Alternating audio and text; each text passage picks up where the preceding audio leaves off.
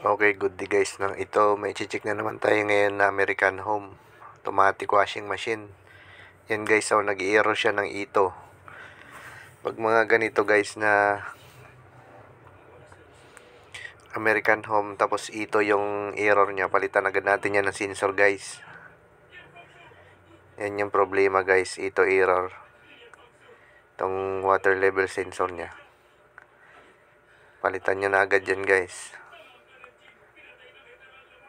Kasi yan yung dahilan bakit nag-iito siya. Ayan no, okay na siya. Kanina pag on start ito agad. Ito okay na siya. Balance na siya ng damit. Ay, balance niya na yung pulsator. Nagsisensing na siya.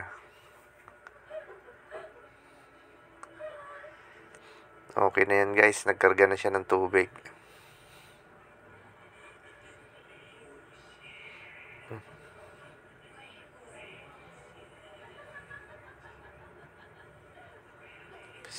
Tinesting na rin natin sa spin guys.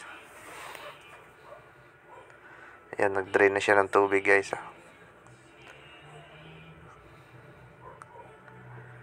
Goods na ito guys. Ito error. Ayan, water level sensor ang problema.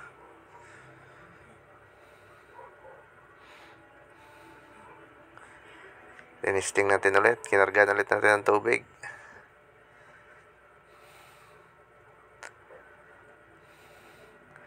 Pinawash natin ulit.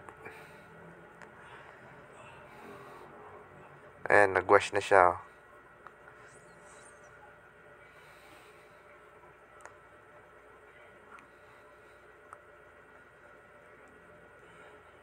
Yan, in-spin natin ulit guys. Nilagay natin ulit siya sa spin program. Okay na ito guys.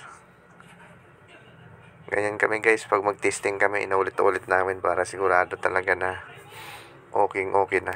Okay, maraming salamat sa panonood.